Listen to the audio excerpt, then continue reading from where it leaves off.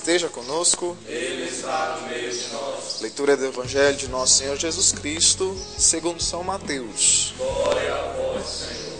Capítulo 5, versículos 13 ao 16. Mateus 5, 13 a 16. Vós sois o sal da terra. Se o sal perde o sabor, com que lhe será restituído o sabor? Para nada mais serve, senão para ser lançado fora e calcado pelos homens. Vós sois a luz do mundo. Não se pode esconder uma cidade situada sobre uma montanha, nem se acende uma luz para colocá-la debaixo do alqueire, mas sim para colocá-la sobre o candeeiro, a fim de que brilhe a todos os que estão em casa. Assim, brilhe vossa luz diante dos homens, para que vejam as vossas boas obras e glorifiquem vosso Pai que está no céu. Palavra de salvação. Glória a vós, Senhor. Amém. Ave Maria. Cheia de graça, Senhor é convosco. Bendita sois vós entre as mulheres. Bendito é o fruto do vosso ventre, Jesus. Santa Maria, Mãe de Deus, rogai por nós, pecadores, agora e na hora de nossa morte. Amém. Jesus hoje está nos ensinando no passo servir que nós somos tempero e que nós somos luz. Mas não temperos como os temperos dos canibais, para os canibais não, viu gente? Não tempero daquilo que vai se alimentar, mas o tempero que vai fazer a diferença. Porque olha só o quanto que é diferente você comer um arroz sem sal do que um arroz temperadinho com alho e sal, não é verdade? Você comer aquele arroz sem tempero fica sem graça, aquele frango sem tempero fica sem graça. Então Jesus está falando que da mesma forma que o tempero dá diferença no sabor das coisas, nós cristãos e vocês especiais, eu também especial por estar aqui com vocês, nós já no 10º passo da nossa caminhada para a sobriedade, é 10º? Isso, já no 10º, nós temos que dar sabor à vida que há em nosso meio. Nós temos que fazer a diferença. Como é que eu vou fazer a diferença? Primeiro, conscientizando-me de uma realidade muito interessante que o Senhor coloca em evidência na minha vida, que é: eu não sou só coisas más. Eu não sou somente aquilo que de mal eu fiz. Talvez eu me tornei conhecido para grande parte das pessoas pelas coisas más que eu fiz, pelos atos inconsequentes realizados por mim, pela falta de caridade, por aquilo que a droga gerou, por um ato ilícito que eu cometi, por uma desavença e etc. Entretanto, nós não somos isso. Nós não somos o mal que nós fazemos. A palavra de Deus hoje está nos convidando a fazer um passeio por dentro de nosso interior e encontrar coisas boas, encontrar qualidades. Então, eu não sou somente o mal. Eu tenho que olhar para dentro de mim e encontrar as maravilhas que Deus permitiu que existissem em mim, as minhas qualidades. Todos nós temos qualidades. Todos nós temos uma qualidade que nos diferencia. E ela que vai ter que ser o ponto de diferenciação agora externo da nossa vida. Algo que está dentro de mim, que agora tem que ser trago à tona, que tem que ser retirado lá do submerso, lá do fundo do meu coração. Tenho que começar agora a olhar para dentro de mim para trazer isso. Então essa consciência de que eu sou bom, que existem coisas boas em mim, vai me ajudar na minha caminhada. Porque, pensando bem comigo, gente, nós já estamos no 10º passo. Muitos aqui já passaram outras vezes por esse passo servir. E já é suficiente para a gente ter essa consciência Em que é que eu sou bom hoje, que antes eu não conseguia ver? Eu sou bom para ensinar, eu sou bom para escutar, eu sou bom para aconselhar, eu sou bom para ter iniciativas lá na minha terapia, lá no meu trabalho, lá no meu serviço. Eu tenho que começar a fazer isso, porque antes eu vivi uma máxima de esforços contrários. Eu vivia sempre fazendo esforço para corresponder estritamente à minha vontade. E agora eu sou convidado a fazer um esforço para corresponder a uma exigência que a sociedade faz de mim. Eu sou um dependente químico em recuperação. Eu estou me recuperando. Eu estou caminhando. E agora eu tenho que dar um passo a mais. Eu tenho que começar a colocar à disposição das outras pessoas o que há de bom em mim. Porque antes eu fui muito solícito, eu fui muito espertinho em colocar o que havia de mal. Não é verdade? Fui muito solícito em colocar o que havia de ruim. Alguma coisa que eu arquitetava para conseguir um benefício, alguma coisa que eu pensava para conseguir ganhar alguma coisa, alguma pessoa que eu tentava trazer a atenção dela para mim, e por aí vai. Então, qual é a minha consciência hoje? Eu não sou a droga que eu utilizei. A droga fez com que eu pensasse que eu era a pior pessoa do mundo. Ela me levou ao fundo do poço. Ela me colocou lá embaixo, ela te colocou lá embaixo. Ela fez com que nós imaginássemos que não haveria mais solução para nós mesmos, que a nossa vida já tinha perdido todo o sentido. Quando você olhou para dentro da sua casa e viu que não tinha mais apoio, que aquelas pessoas que você ama começaram a te condenar, porque você somente fazia coisa errada e o tempo todo voltava a repetir os mesmos erros, e fazia propósitos de começar bem as coisas e nunca conseguia terminá-las. Então perdemos o crédito diante das pessoas, perdemos aquilo que nós julgávamos importante. Fomos condenados, xingados, ultrajados, envergonhados, causa de vergonha para outras pessoas. Mas hoje, Jesus Cristo nos convida a pensar que nós não somos só isso. Que isso foi uma fase da minha vida que passou. Que hoje, vivendo esse processo de restauração, dentro desse espaço da pastoral da sobriedade, eu tenho encontrado um novo sentido para a minha vida. E nós, dentro da nossa juventude, dentro da nossa idade, e até das exigências que a sociedade nos faz, e que eu faço para mim mesmo, eu encontro agora uma base sólida na palavra de Deus para reconstruir a minha história. E você está aqui reconstruindo a sua história. Você está aqui refazendo o seu modo de viver.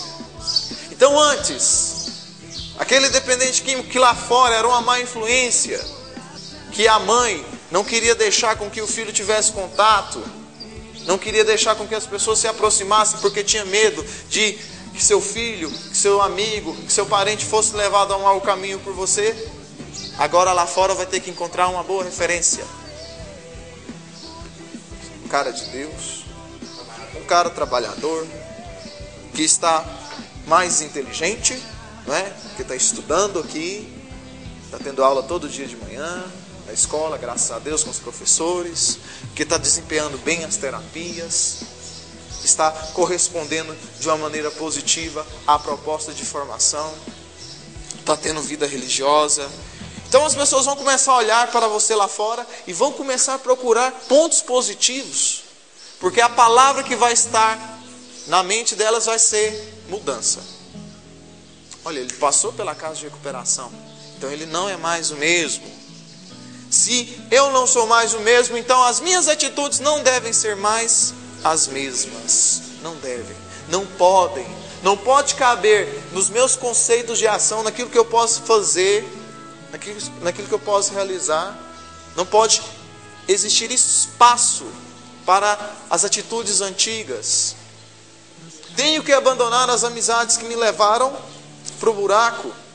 Tenho que abandonar sim aquelas pessoas que não são boa influência para mim. Claro que se você tiver a oportunidade de ajudá-los, você vai fazê-lo.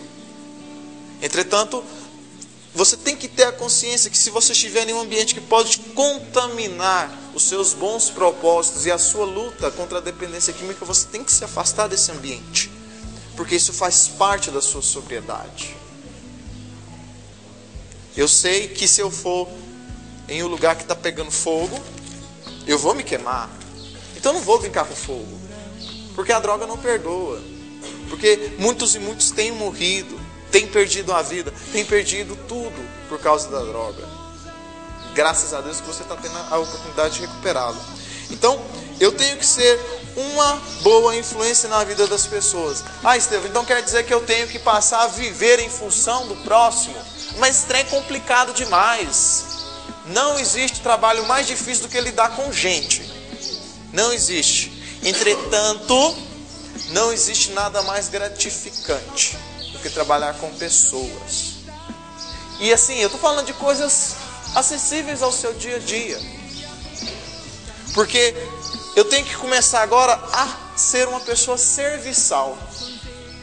Foi feita uma pesquisa, saiu na internet.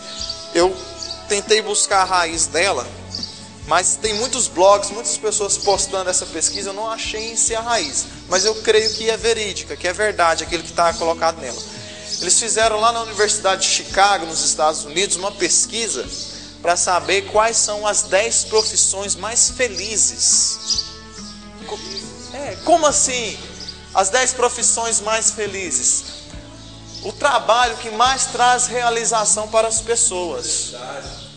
Aquele trabalho em que você se sente melhor realizando. Quem arrisca dizer qual que é o primeiro trabalho aí? Onde a pessoa se sente melhor? Escritório, hospital, médico, empresário. Vocês vão se surpreender. Bombeiro. Opa. Não é o primeiro, mas está quase. Samuel é bombeiro. Tá. A gente tem o costume de ligar felicidade e realização na profissão a salário, não é? A gente faz uma ligação interna aqui, ó, no meu subconsciente. Um emprego bom, e claro, de forma consciente. O emprego bom é aquele que vai me proporcionar uma estabilidade financeira. Entretanto, essa pesquisa mostrou que não.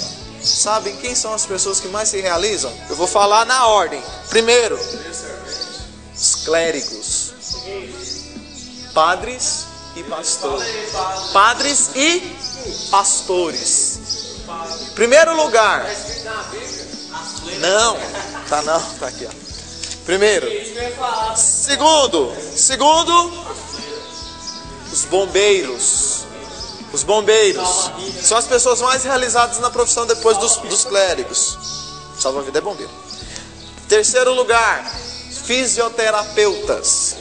Quarto lugar, escritores e artistas. Quinto, eu fui até o sexto, né? Porque eu tenho que honrar a classe, né? Quinto lugar, professores que cuidam de educação especial. E o sexto, professores que não cuidam de educação especial. Professores em si. As pessoas que mais se realizam são justamente as pessoas que têm um trabalho que está envolvido diretamente com outras pessoas, em ajudar outras pessoas. Muito bem. Em servir a outras pessoas. Então, servir ao próximo, servir às outras pessoas, traz uma realização pessoal. O servir, ele vai se basear justamente aqui. Quando eu estou servindo alguém, eu não estou somente fazendo um bem para essa pessoa, eu estou fazendo um bem para mim mesmo. E automaticamente eu estou ganhando não somente méritos diante das outras pessoas e diante de Deus. Não. Eu estou ganhando em realização pessoal. Eu começo a conhecer mais as pessoas, como elas funcionam, como eu funciono. Porque a partir do momento que eu comece a entrar no universo da vida de cada um de vocês e vice-versa, a gente começa a descobrir novas realidades humanas. Começa a descobrir coisas que podem nos surpreender. Eu começo a ver que aquela pessoa que talvez a grande maioria não dá nada, pode pelo contrário oferecer muita coisa. E pode fazer a diferença muito mais do que muitas pessoas que estão à frente de outras coisas importantes por aí. Tá? Então, eu até anotei aqui, eu li uma vez um livro de um psicólogo, se não me engano ele é padre jesuíta, ele chama John Powell. Em um livro dele ele fala assim, que a outra pessoa me ensina quem eu sou de verdade. E que a única maneira de eu me conhecer totalmente é através da outra pessoa. Porque nós corremos o risco de ter uma concepção pessoal marcada pela nossa vaidade, pela nossa visão fechada de quem nós somos, porque às vezes a gente se acha o máximo, né? Alguns, né? Isso. E a outra pessoa me revela quem eu sou, porque ela me atenta para aspectos que antes eu não me atentava. Ela me leva a entender certas realidades que antes eu não entendia. Então, é um dos benefícios do servir. E quando a gente fala de servir, a gente tem que pensar em não retribuição. Eu não posso, no meu serviço, estar esperando o retorno da outra pessoa, porque já não é mais servir, é interesse.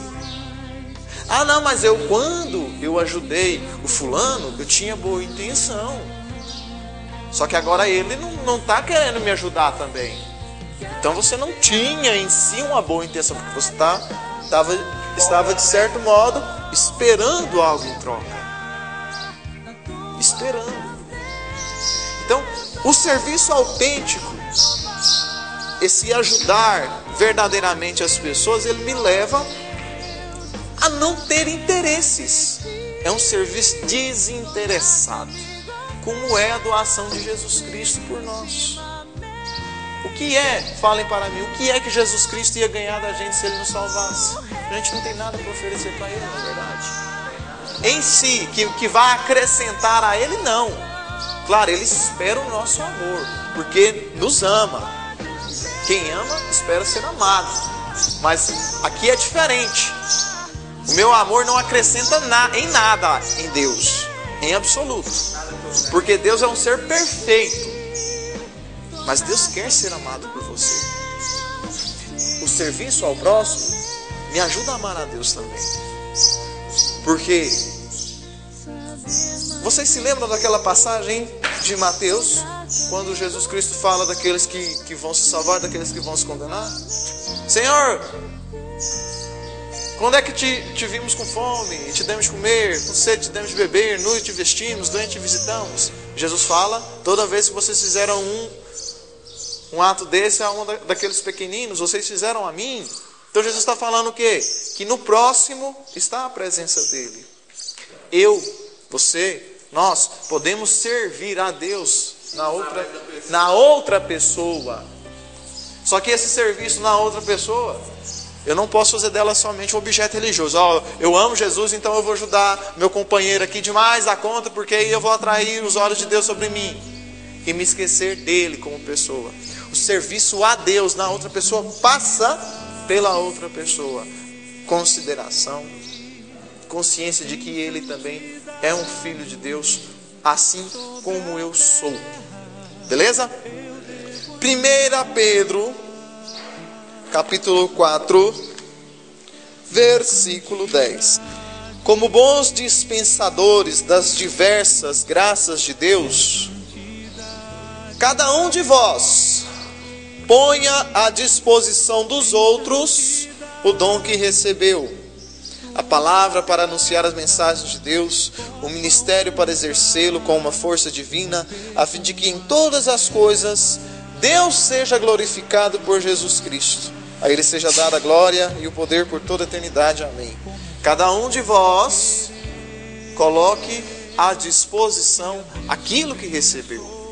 O passo servir, meus irmãos, nos convida a nos colocar à disposição dos outros. Eu tenho um dever moral de colocar à disposição do meu próximo aquilo que é bom em mim, porque aquilo que é bom em mim não vem totalmente de mim, vem de Deus. Claro que existe em nós naturalmente atos bons, desejos, intenções boas. Entretanto, há muito em nós também que somente é alcançado pela graça de Deus.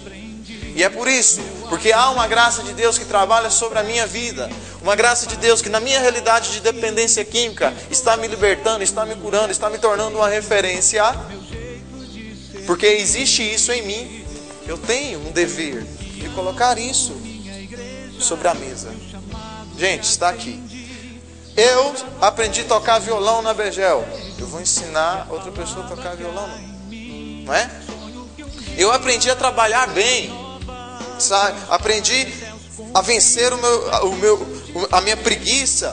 Vou começar a trabalhar bem lá no meu serviço. Eu aprendi a mexer no computador. Vou ensinar outras pessoas. Eu sempre fui um cara muito bom de papo, muito bom de conversa.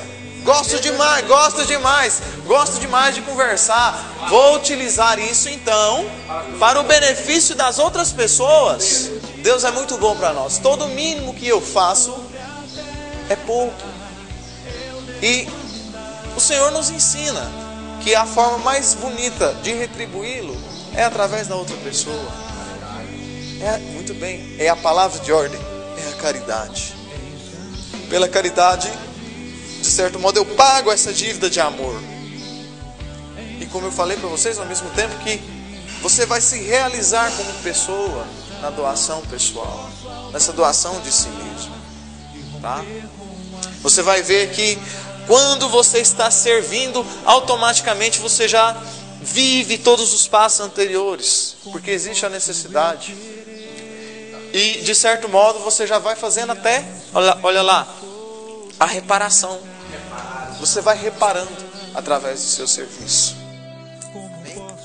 Então, servir a Deus. Que meus sonhos e meus planos